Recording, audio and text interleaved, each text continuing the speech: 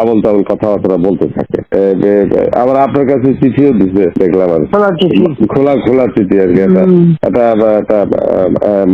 এটা খারাপ আর কি, একটা আর কি। না, খুব উপদেশটা বানাও দিন আমি এক নজর পড়ে ফেলাই দিচ্ছি।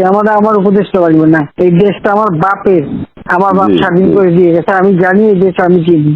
আমি বাংলাদেশের বসে বসে কথা বলার শুট করে আবার আমার উপদেশটা বানাতে গেছে ওর একটা।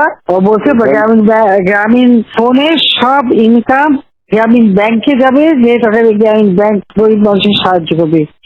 আর এই কথা করে আমার কাছে ওই গ্রামীণ ফোনের ব্যবসা দিয়ে ইউজ একটা টাকা পর্যন্ত গ্রামীণ ব্যাংকে দেয় নাই। আমি 400 কোটি টাকা গ্রামীণ ব্যাংকে দিচ্ছি, 400 কোটি টাকা। ওটা তার অন্যান্য প্রতিষ্ঠানে লাগাচ্ছি আর কি। না, তখন গ্রামীণ ব্যাংক ফাইলে বক্সে ঢুকাই দিই। গ্রামীণ ব্যাংক তখন ওই শেষ হয়ে চলে যাচ্ছিল, ওর বদলতে গ্রামীণ ব্যাংক মাঠে বসে গেছিল।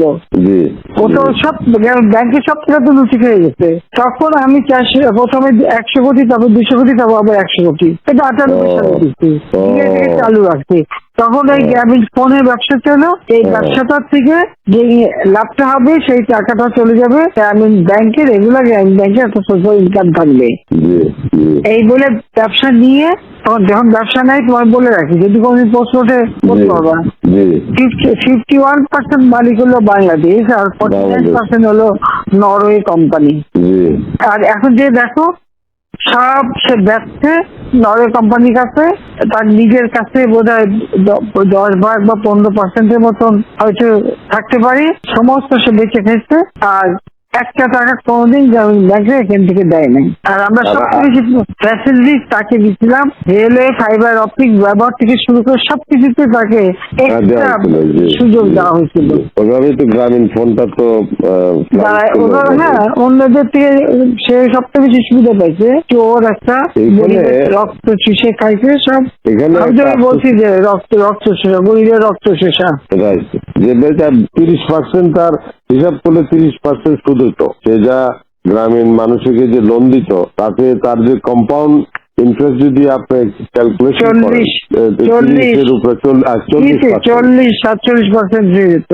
দেখে এমন হয়, তাহলে আর লোকের আর কি থাকবে, ও তো গরিব আরো বেশি করে হয়ে যাবে। তোমরা তো ইতিহাস জানো না, হিলারি ক্লিন্টনে নিয়ে গেছিল যশোরে, তার হাত দিয়ে গ্রামীণ ব্যাংকে ঋণ দেওয়ালো। এরপর সেই লোকগুলি সাধারণ গরিব লোক, হরিজন গ্রুপ, তারা ওই এলাকায় আর থাকতেই পারে নাই, কারণ ওই ইন্টারেস্ট দিতে তারা ফকির হয়ে নিজের যে বাড়িঘর ভিটা মাটি তাও কেড়ে নিয়ে গেছে। তারপরে তারা ওই এলাকা থেকে হারাই গেছে।